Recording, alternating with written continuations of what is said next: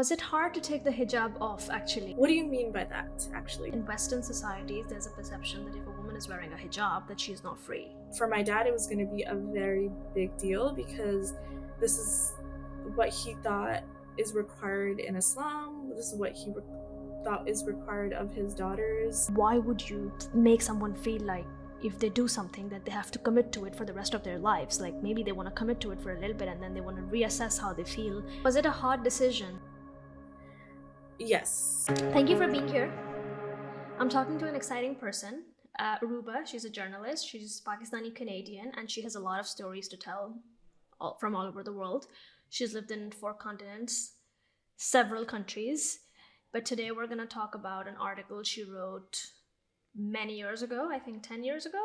I think about 4 or 5. I want to say. Oh, 5 years ago? Okay, well, still a long time. Yeah. Ago, about when she took off her hijab.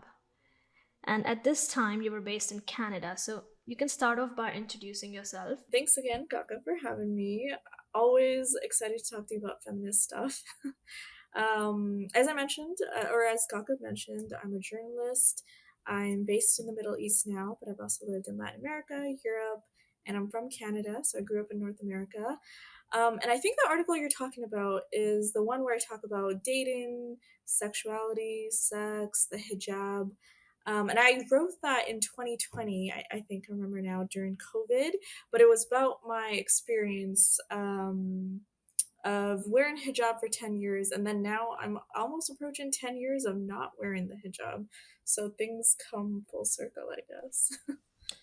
So you started wearing a hijab at what age? How old were you? So it was just before the summer before my 13th birthday, so I was 12. And yeah, I Wow. remember the first day that I wore it, actually, July 1st, 2005, because I remember it was Canada Day. I grew up in Canada, so we were going to a Canada Day festival. And that was like the first time that I ever wore it out in public. And why Beyond. did you do this on this day? So the hijab was like something that was an expectation in our family. Um, we grew up in Canada, but my parents were very much tied to their religious roots and their religious background. And so it was something that I always knew that it was going to happen. And I knew that it was going to happen before I kind of started high school. And then my dad's, so it was like an expectation, like we are Muslim, we are Pakistani, and this is what we do in Islam. Women wear the hijab in Islam, and they do that right before they hit puberty. So I guess by hitting puberty, I mean like getting your period. I hadn't gotten my period yet, but my dad thought the transition would be easier if I did it the summer before I started high school, which was when I was 12 or about to be 13. And he thought it might be better for you to try to test it out in the summer so that you get used to it. So I remember kind of being nervous that day, but to be honest, I transitioned very seamlessly. Then it just became a part of my reality. Like, oh, okay, I'm Pakistani, I'm Muslim, I wear hijab. Were you like a practicing Muslim at this time? Or to an extent? Yeah, I mean, as much as a 12-year-old can be, I guess, but definitely, like, my parents pray 5 times a day, so we would join them. I can't remember if I prayed 5 times a day, but, like, there was a practice of praying. I think I was also fasting during Ramadan, but I think it was kind of like still kind of like half fasting because we were still in elementary school at that time, but definitely with the expectation that, like, as we get older, we'll pray 5 times a day, we'll fast, and all that. And I had gone to, when I was like much younger, like 5, 6, 7. My parents did put us in like after school, like, what is it, Quran classes. So like I grew up reading the Quran Right. with, like, for a couple of years. I can't remember now, like maybe 2 Yeah. 3 years, learning how to read the Quran. So religion was definitely a part of our lives. So how did you decide to take it off then? So It was not an overnight decision, that is for sure. I think I thought about taking off the hijab for maybe 2 or 3 years before I finally actually did it.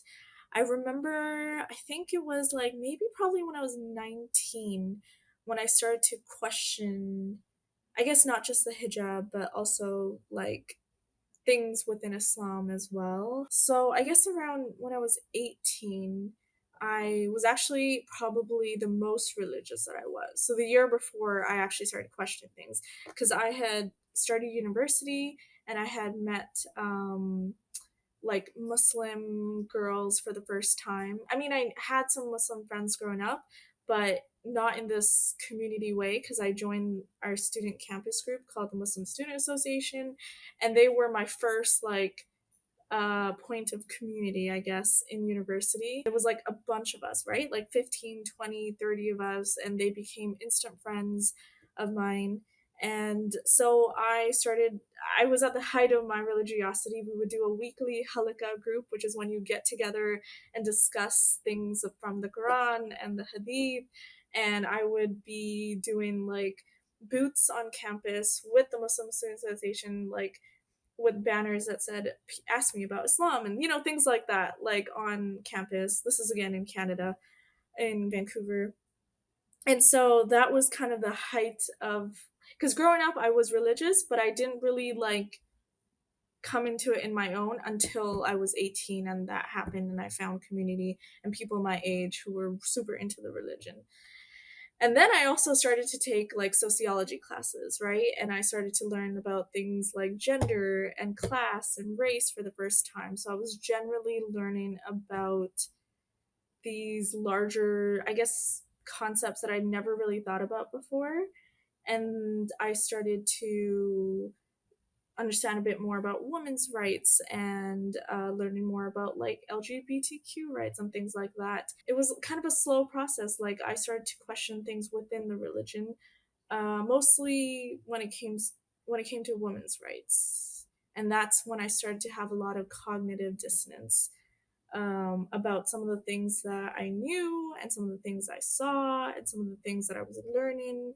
And I really want to hesitate to say that there is such a binary, like, Islam doesn't support women's rights or Islam does support women's. Like, I don't want to go into that Western binary that we often hear, right? But there were ideas that I was coming into contact with that I never heard before, and it made me question certain things about the religion. Right. Did you tell anybody before you took the hijab off? Like, did you give like a soft warning to the family? Because I think you were living with your parents at this time, or did you move out? No, I had moved out at 18 because I was living Right. at university. So I was constantly surrounded by all types of people, right? Like, it's a pretty big campus. I went to the University of British Columbia, and 40,000 people from around the world. So Right. again, I think that was a part of it too, meeting people from so many different parts of the world and experiencing a lot of new things. And I was living on campus, and I was living away from home for the first time as well. Was it hard to take the hijab off? What do you mean by that, actually? Was Because it a I'm hard curious. decision? Yes, because it was something that I grappled with for 2 or 3 years because I needed to be sure this is the right decision. And I knew that at least within my family, there would be a lot of questions, definitely. It wasn't something that I could just easily do. I knew that it would require some tough You conversations would that would have have. backlash, definitely. Yeah, yeah. And also not even within my family, but also within this Muslim student association, there were people who I confided like, "Hey, I'm not so sure, like I'm not feeling comfortable about this part of Islam or this part of Islam, or I'm thinking about taking the hijab off." And I got a lot of sister, what do you think you're doing? Like it wasn't very supportive, I have to say. It was a lot of like, Yeah, I can understand. you are probably going to, you're doing the wrong thing, and we need to like help support you so you don't do the wrong thing. So there was Right. definitely like there was one perspective on the issue, I guess. What was your biggest fear? What would happen if you took it off? I think because my dad had the expectation that I should wear it, I think his reaction was probably what I was most concerned with, because I didn't really care. I mean, I care to an extent what the Muslim community at school was thinking, but I also have so many friends outside of the Muslim community. Like, I was very fortunate to have like lots of large friend groups, and there were, at the same time, I had a lot of people telling me like, you, whatever you feel comfortable with. So luckily within my social network I had that, but I knew that for my dad it was going to be a very big deal, because this is what he thought is required in Islam. This is what he thought is required of his daughters. So I knew that that wasn't going to be easy. And what about your mother? I actually told her a few times before I took it off that I was thinking about taking it off.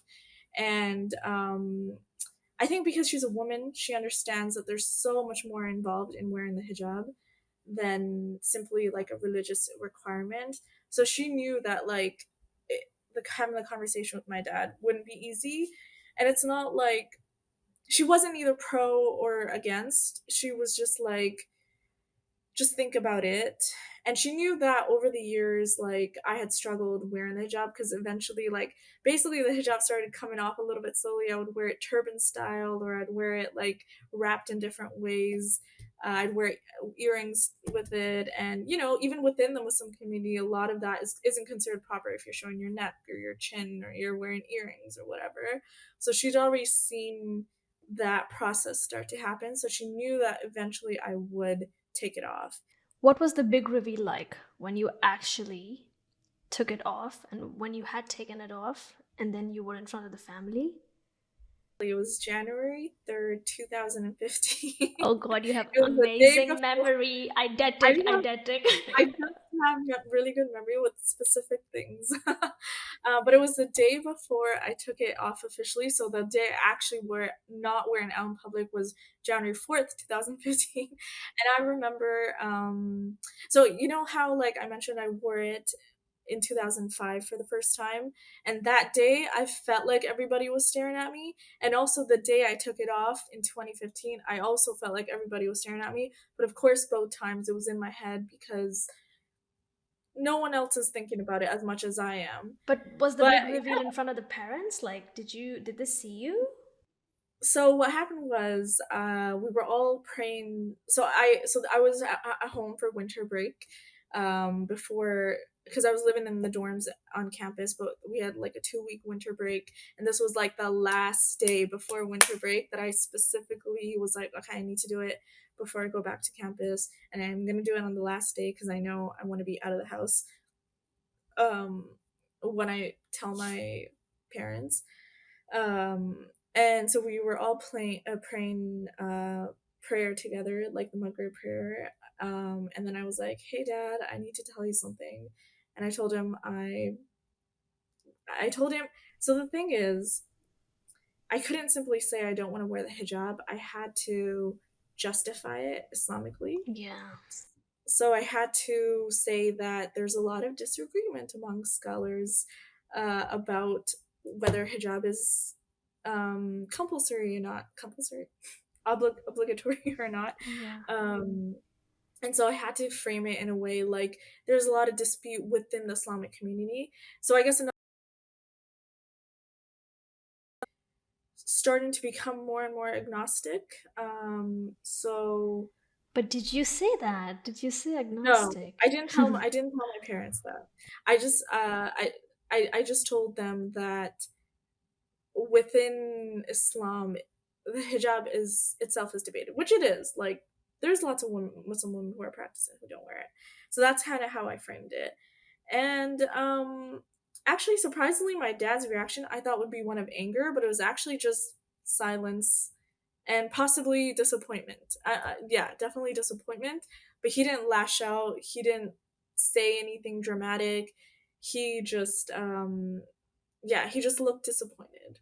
So then the next day I went to school with all my things. I was going to be staying for one last semester, and I left the house without a hijab. And I've never worn one in public ever since. And that was almost 10 years ago. And how did he take it, like, in the days after? Was he okay? Did he break his silence? How long did it take, or how soon did he break his silence? It took a while. It took a while. Uh, we didn't. So the thing is, because I basically got caught up with school, I kind of distracted myself. I didn't. I think I visited home a couple of times that semester, but I wouldn't like address it. I guess I was just like, this is my last semester. I was graduating. So much was going on, so I think I just threw myself into school, and we didn't really communicate for like a while, like months, I would say, until like I Yikes. yeah. Was there like a big unraveling or falling out on this issue after some years, or did it ever come back up? Like, did it catch up in your relationship that you did that and this was not okay? It was more like he was disappointed for like a while, and then it got to a point where he's just like jokes about it now, where he still to this day where he's like, yeah, but she doesn't wear hijab, so like like I'll do something awesome and then be like, yeah, but in a jokey way. Like that maybe happened like a couple years after that, and maybe like up until like a couple years ago. So um there wasn't a huge discussion or anything about it really afterwards, because yeah, we didn't really talk about it in depth afterwards. What was it like for you personally? Like, when you told people that you took the hijab off? Because what happens a lot of times is that in Western societies, there's a perception that if a woman is wearing a hijab, that she is not free. And that the single greatest way to liberate yourself is to just remove this piece of clothing, and now you're considered very free all of a sudden. I feel like when a brown person, when you're brown and when you're diaspora, when you do that in a society, is it likely that people go like, oh well, even she took it off, so we were right, that it is actually like the single greatest way to liberate yourself? Did you ever feel that you had eyes on you and you were part of this narrative, you became part of this narrative? I always wanted to be removed from that narrative, because we see it a lot in the West, right? Like, she's oppressed, she's wearing hijab. She's not oppressed, she took it off, she's liberated, because that's so reductive, and it's so much more nuanced than that, I would say. Because actually, compared to my friends growing up, my parents were so chill. They let us travel, they let us pursue anything. It was just simply wearing the hijab. So like it simply so like a lot of things on that front didn't change at all with my parents, and especially my dad. Like he was so supportive of us pursuing higher education. And I really hesitate even to share this experience with my dad, because I think we have this idea, right? This very kind of Islamophobic idea of what a male Muslim father looks like. And it's so much more nuanced than that, Like he was disappointed, but it wasn't because he was trying to control me or force me to be a certain way. It's just that he simply like really truly believes that hijab is important and Yeah, I necessary in Islam, understand and that. that's his guiding compass. Yeah, they have But their at own the conditioning. They have their own conditioning, and exactly. they have their own opinions. But at the same time, this is also, I think, a relevant story, because that experience that you talk about exactly happened to me. I was volunteering actually at a like a rape relief center for women when I was like 17 or 18. And a lot of the women that ran that center were white women. This is in Vancouver. And I remember one of them, I was like 17 or 18, I can't remember. So I was really young and I barely knew anything about the world. One of them pulled out my hijab and she's like, is that is that really your choice? Like, are you happy with that? I think you should just take it I don't off. understand. This person Yeah, touched your hijab and asked you to she take was it like, off. yeah, This yeah. is She kind so. of This is she like tugged at borderline it. harassment. Yeah, and I was 17 or 18. I didn't know that there's such a, I didn't know these narratives like about anything. I was so young. I was practically fresh out of high school, and so I knew I felt uncomfortable, but I didn't know why at that time. And so I definitely, so from that experience and then learning about things later on, I definitely did not want to be implicated in this like I'm free narrative afterwards, because it's so much more complex than that, right? No, Like absolutely. And I always feel like this whole perception that it's either or. No, you can wear the hijab and you can be really, really free. Like yeah, exactly. I know in some parts of the world, women like, they wear the hijab and they do it willfully, they're not forced. And they do everything else which is against the image or perception of a woman, that she would engage into Yeah, a things. lot of my cousins wear hijab, and some of them wear it later in life as adults, and they live in the US or Canada or Europe, and they genuinely find it comforting. It brings joy to them. And it's they're part of their free in a lot of other ways. They experience. probably have great careers, they're open-minded, they're Exactly. supportive. Yeah, they're It's, thriving in their careers. yeah. They are excelling in so many areas of their life. So it absolutely isn't like either or. It's just was the point that hijab wasn't for me because I didn't identify with it any longer. How do you correct that narrative when it comes your way? Like, if somebody approaches you from this very linear, because it is not so, no, it's not so linear, it's very non-linear. If somebody approaches you from this very linear point of view, oh well, this is Urooba, she's really free, she took off the hijab, that's absolutely not part of your like core identity. Like, you're so much more than Um, that. How do you, have you ever been in a situation where you've had to kind of set the record straight and correct that and make it more, offer like a more nuanced perspective? that's a good question. I'm trying to think of any like specific examples because I feel like I've tried to do that subconsciously, just like the way I live my life or the issues that I cover as a journalist or like just moving in the world. But I'm gonna have to think about like any specific examples. But you said And that you do that subconsciously through your work, and how do you do that though?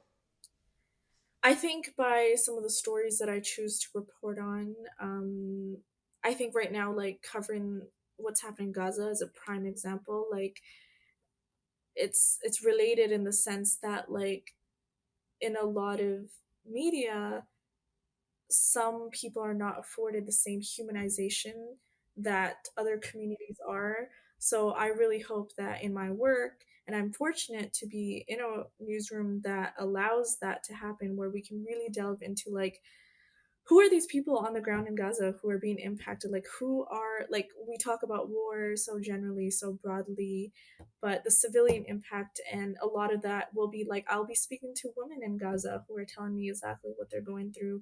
And actually, like, some of them are hijabi women. Their biggest concern isn't taking their hijab off, it's having to experience war from Yeah, an there. occupying force. Like, there's just so much more to the conversation that like about Muslim women in general, I'd say.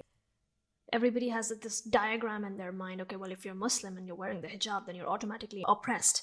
And then when you're automatically oppressed, then you're not having sex. Oh well, you're not enjoying sex, and then you're obviously abused by your husband. I mean, this is a never. It's like this black hole, and people just A keep, lot of, yeah, it's just, very it's like a rabbit hole, and reductive. people just going deep, keep going deeper and deeper in this rabbit. This is, it's not, absolutely not like that.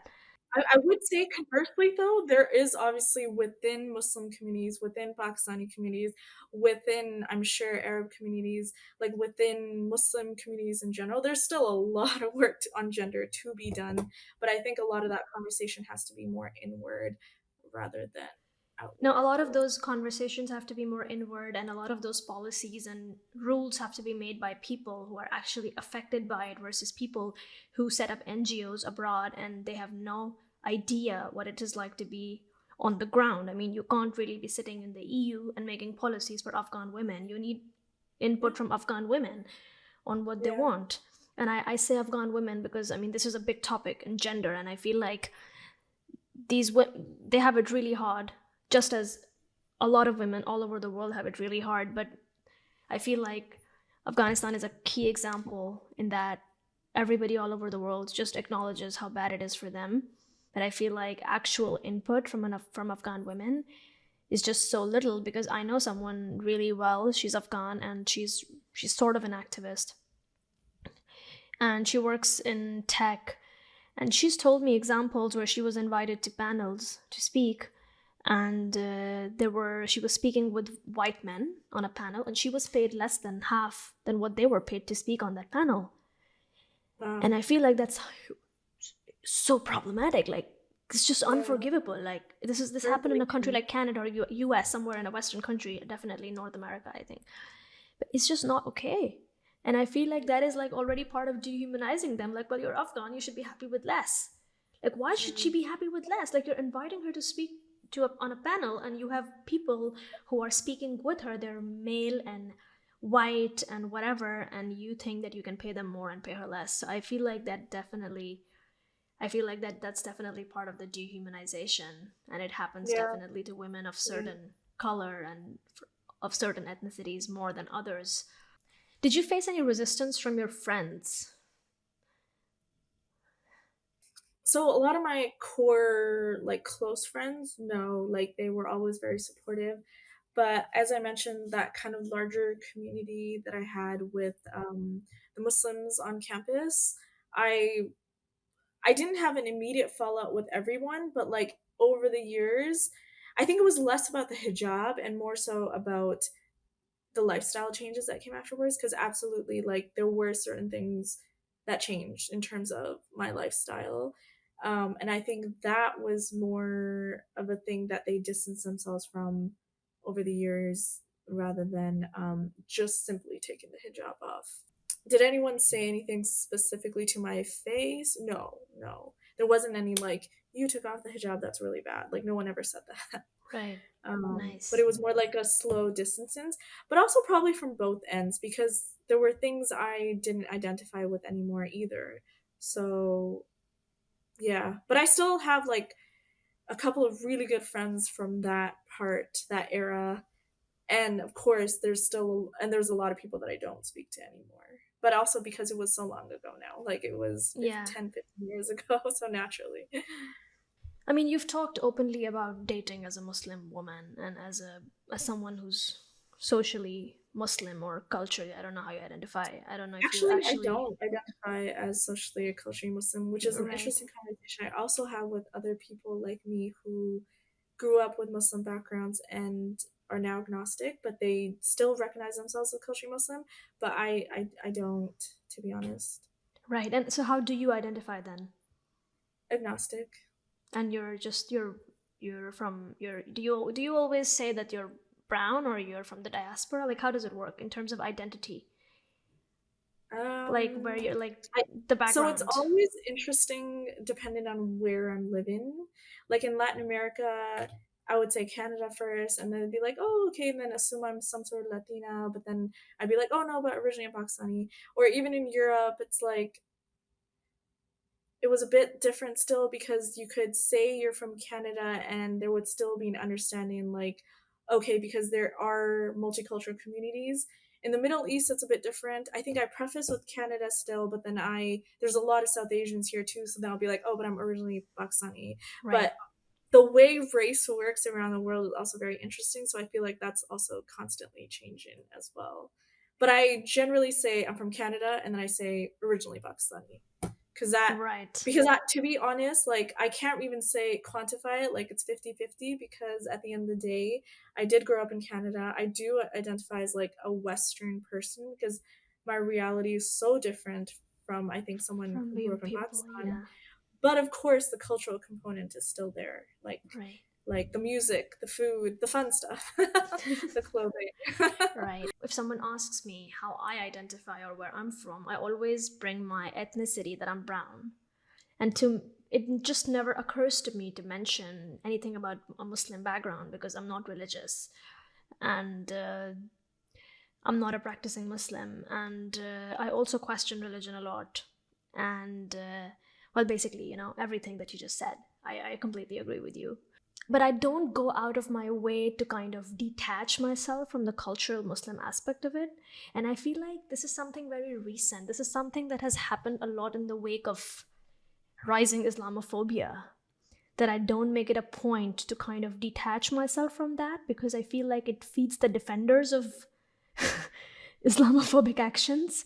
And I feel like it's just a disservice to the community because I don't directly, I mean, of course, I face trouble at airports, but that is not because I'm from a Muslim country. That's just literally because of my passport. I could be from a Christian country, predominantly Christian country, and I would still face that. A lot of people do. But this is the reason that I asked this, because I don't identify in a religious way at all, but I just also don't go out of my way to tell people, but by the way, I don't identify in this way. You know what I mean? Like, I just feel like it's just fodder for people who are looking to justify, well, you know what, she's from a Muslim background and now she's dissing her own religion, and I was wondering I if you've totally get ever that. been. I totally get that. That's why I don't like this binary of like, oh, hijab, liberating, blah, blah, blah. And actually, that's one of the reasons why friends and I have had this discussion that I remember talking to one friend in specific. She's agnostic like me, not practicing, but she'll still culturally identify as Muslim because of the Islamophobic nature. And that's totally valid, and I totally understand, and I totally get that. I just feel like I truly, though, have no connection to the religion, but I don't go out of my way, but I just simply say, like, Yeah. or I simply don't say anything. Neither do I, and I just simply choose to not say that. But like, for example, when it's Eid, I mean, I just never celebrate Eid. Also because of practical reasons, like I lived alone for a long time, and on Eid I would be mostly working. So Mm. it's also like, So that's the thing. I still like doing Eid. Like, it might not look like a conventional Eid. It might be going out for drinks at a bar with close, but like it's still like today's Eid. yeah, I mean, just like looking at you and me, this is clear that it's not so linear, right? It's very Yeah, non-linear. And I remember yeah. having a conversation in Denmark, or I don't know, at some point with you, where there was a meme or something, and you had to check mark how desi are you on a meme, and I felt like in some ways you were more desi than me because you like chai, I think. Do you like chai? Or I don't know, there was something about shan masala or something, and I was like, oh my Oh, I like god, that. she has more of a connection than me, and I'm coming from there, and I was Maybe, born and yeah, raised in perhaps. Pakistan. Because So I sometimes mean, when you go away, you cling on to certain aspects, like for yeah. sure. I mean, I love shan masala. It's absolutely, it's a star. It's a star thing to have in your life. It's just, I remember something, and I was just looking at it, and I was Like, I just like, love oh Bollywood my music. Like, I know it's not Pakistani, but like god. every Pakistani person, like I love Bollywood music, and I will definitely listen to Bollywood music. So that is my biggest cultural connection, I'd say. You've moved to Qatar now. Is it the first time you're living actually in a Muslim country? Yeah, I mean, I was born in Pakistan, but we moved when I was 2, so this is the first time. Yeah, And how's it different? different compared to, I guess, not living in a Muslim country. Different compared to living in London or Canada or like West? Honestly, I thought things would be so much more different, but it's quite similar. I had, I think, a lot of like ideas of what it could be like, and I've generally, my lifestyle hasn't changed living in the West versus living in Qatar. You took off the hijab, and then your father joked about it for a while, you said, or to this day, he jokes about it. How did that play out in the rest of your family? Like, did your siblings follow in? Yeah, so basically, my sisters had it way easier. My sister took, both of them also took it off eventually over the years, but one of them, she was just like texted my dad one day while we were traveling in Portugal. She's like, "Dad, I don't think I'm gonna wear the hijab anymore," and he was like, "Really? Okay." And so the difference from that, from what like, but I guess they always say the eldest daughter has to set the path forward. Yeah, But you're yeah, the basically, trailblazer. You're the trailblazer. yeah, we set the we set we no, we walk so they can run. I think that's the expression. Exactly. I mean, they would have it easier in a lot of other ways as well. Like, it's just not their job, if they do something, your parents are just probably gonna get more sensitized and just more Yeah, exposed I in guess like terms a of. parallel example is my sister recently got married, and she married a Filipino from a Catholic family, and that was like for at first like also a big shock to the family, but now it's so normal, and like rest of our like the rest of us siblings are gonna have a much easier time introducing Oh, so anyone to she their. she basically had it much harder than you in this department, I feel. I wouldn't say that she had it harder. No, it was just two different kinds of difficult. I would Uh-huh. say, but that was kind of her battle. We always joke, and this was hijab was my battle, and then Right. her interracial, interreligious, intercultural marriage was her big battle. You said at the beginning, like when you were telling me the story about the hijab, you said that you wanted to take it off because you didn't identify with it any longer. And were those all like spiritual, religious, logical, like faith driven or whatever reasons, or did it also have to do with the aesthetics of it? Like, because when I look at the hijab, I'm like, I support everybody's right to wear it. Just for your info, I don't want to hate on this. Anyone can do what they want. I believe in free will. But I feel like even if I, and maybe now I'm speaking out of turn, but even if I, because there was a time I identified more with Islamic values when I was a child. I mean, I was never religious, but you know, you grow up and then you start looking at things in your own way. But even when I was a child, and I lived in Pakistan, and I had a lot of Muslim women around me, and I completely respect the fact that they wear it. I would always like, oh my god, but this doesn't look great. Why do you wear it? Like, it just hides the most beautiful part of your body, which is your hair. And I'm not saying this because I feel Which I like some guess people a also, lot of religious people say would be the point, but I have so many thoughts. Please continue because I have a lot yeah, of I thoughts mean, to it's say. just that, I mean, some people I feel like look good in it as well. Like, they really pull it off. Like, I have a friend, she wears hijab, she looks really beautiful. Like, she has beautiful skin, she has a beautiful body, she looks beautiful. But I just felt like, oh my god, but if I wore this, I would look, oh god, like nobody would look at me. I mean, to be Which is the honest, point, I guess. yeah, I But guess partly you would say that is the point, but also that element was a huge part of my journey as well. Okay, in two ways. Like I would say hijab and fashion, and then hijab and the male gaze, which is like a whole other thing as well. So in terms of like fashion, even when I wear the hijab, actually probably subconsciously I was always attracted to things like I'm still very colorful. Not a good example today, but like I'm still very colorful and I still love fashion that's out there and that makes a statement. But it started as a hijabi. Like I was a hijabi wearing like lime green polka like cheetah print hijabs with but a why is crop. that a problem? That should be okay, right? I'm not saying that's a problem. I'm just saying like my fashion evolved not in spite of hijab, but like also I think because of hijab as well. Right. But of course, when I stopped wearing the hijab, I started wearing things that I never worn before, like shorts, Yeah. tank tops, things that like bikinis, like uh things that were more revealing that I'd never like worn. Right. And then conversely tied to that, of course, is the conversation of the male gaze. Because as I know there's a lot of hot hijabis now, but back in the early 2010s, we did not know how to style the hijab.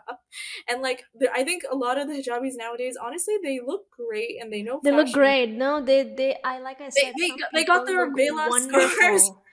Yeah, But I some look people back at look some of my photos, wonderful. yeah, and I'm like, I'm happy that I expressed myself, but there were some disasters. And I know that But I let's will just get get a lot back of to hate for saying this, that I don't like the aesthetics of it. But I mean, literally, when I talk about aesthetics, I mean on my own body, you know? Like, that's that's just totally me. Like, if valid. I say to you, well, I don't like this, you're welcome to wear it. Maybe you will look great, but I just don't think that it goes with my body. And I just always had this when I was a child, when I was a teen, because my parents were religious, and I come from a Muslim, highly practicing Muslim family.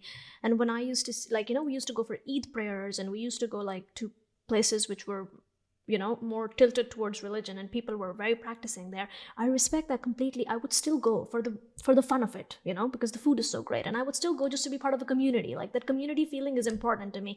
But and I support that 100%. But I always just felt, oh my god, but like, I'm not gonna look good. And is it like the expectation that when I'm coming of age that I also put on a hijab, and what if I don't want to wear one? What's going to happen? Yeah, Luckily, my parents never put me in a situation where I felt forced to do it. Of course, they would have liked that I do it, right? But I just never did. And then most of our conversations were about around wearing a scarf or a dupatta. And this was a right. huge deal, like in my family. Like, how the Yeah, hell are you leaving the house without wearing a without a dupatta, or like dupatta. covering your breasts? And I was like, oh god, like, I mean, you know, this was like my battle was this, basically, like clothing, in terms of like excluding the hijab but everything else.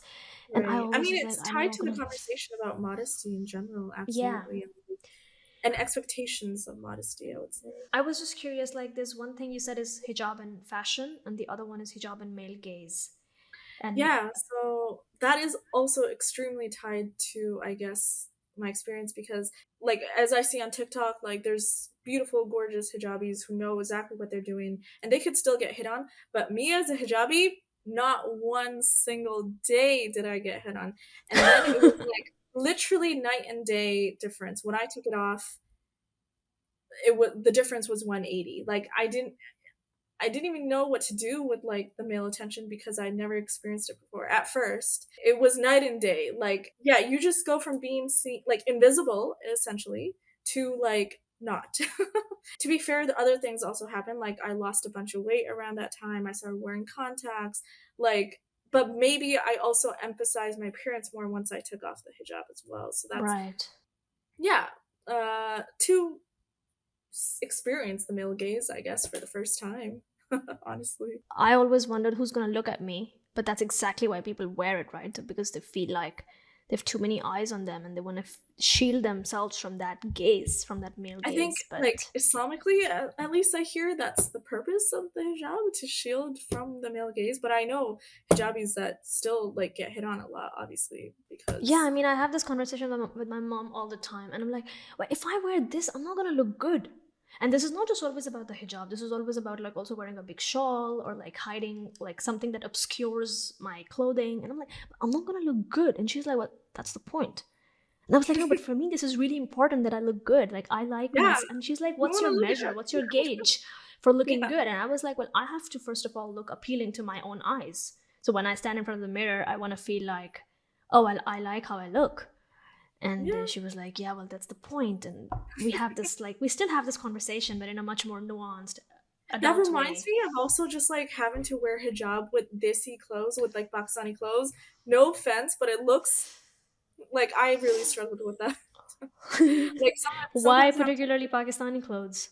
because like sometimes the dupatta would not be like opaque enough to be work as a proper hijab. So you'd wear like a black hijab with like a hot pink shalwar kameez. Like it just, at least back then, we didn't have a lot of representation even on social media about hijabis. We were kind of starting to get things, but I think now with the TikTok generation, like there are so many ways I feel that they're doing it now that it looks really good. But I mean, like I back, feel like some women look really, really great with like a hijab and earrings and they pull it off really well.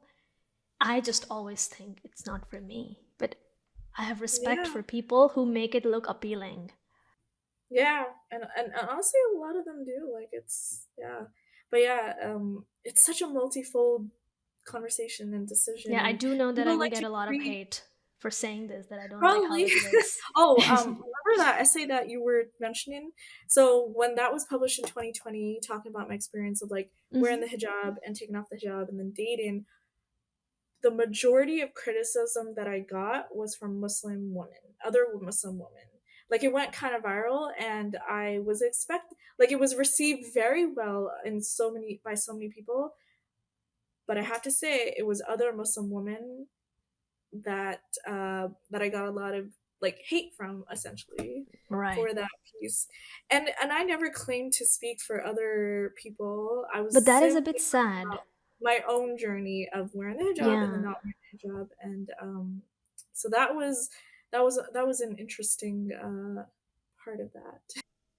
Now, that is a bit sad because this kind of perpetuates the idea that the people who are actually celebrating you are people who are not part of the Muslim community, which makes are actually people who Yeah. think that, well, now she's not wearing a hijab, so she's free. I would rather that we can celebrate But it's each interesting other. because it was not only just non-Muslim people that were selling, but it was also people from other religious communities. So I had former very like Christian women messaging me and note saying that they identify. I had um people from other religious communities who were not religious anymore messaging me being like, "Oh, I can identify. I grew up in a very strict Catholic home, or I grew up in a very strict like Hindu household," or like things like that. So that was Right. actually kind of cool and interesting to be able to connect with other women from other religious backgrounds. But it was, yeah, it was not, it was kind of disheartening to see that the most of the hate came from other Muslim women. Because again, I'm not saying X is good, X is bad. I was simply sharing my reality and my Yeah. experience. Yeah. Yeah. So, and my mom still wears a hijab. People I love Yeah, wear mine hijab. does as well. And that's perfectly Yeah, fine. I mean, this is her exactly. decision. You My have to grandma, support my aunts, and my cousins. everybody in my family. Most people in my family wear a hijab. Not everybody wears it, but most people wear a hijab. Most people cover themselves up when they leave the house. They drape a shawl, they wear a dupatta, they wear a scarf, and I Yeah, completely support that. And I feel like I'm in no position to speak out of turn because I don't live in Pakistan anymore. And I feel like yeah, once, like even now when I go to Pakistan and I'm wearing heavy jewelry, I always cover my head when I'm sitting in a car, unless the windows are tinted, right? Because I mean it's also a safety concern. So I don't want to speak for anyone else why they do what they do, because I feel like you can have so many reasons for doing it. It's not always the male gaze, it's not always yeah. Islam. Some people It also could do it for simply safety just be reasons.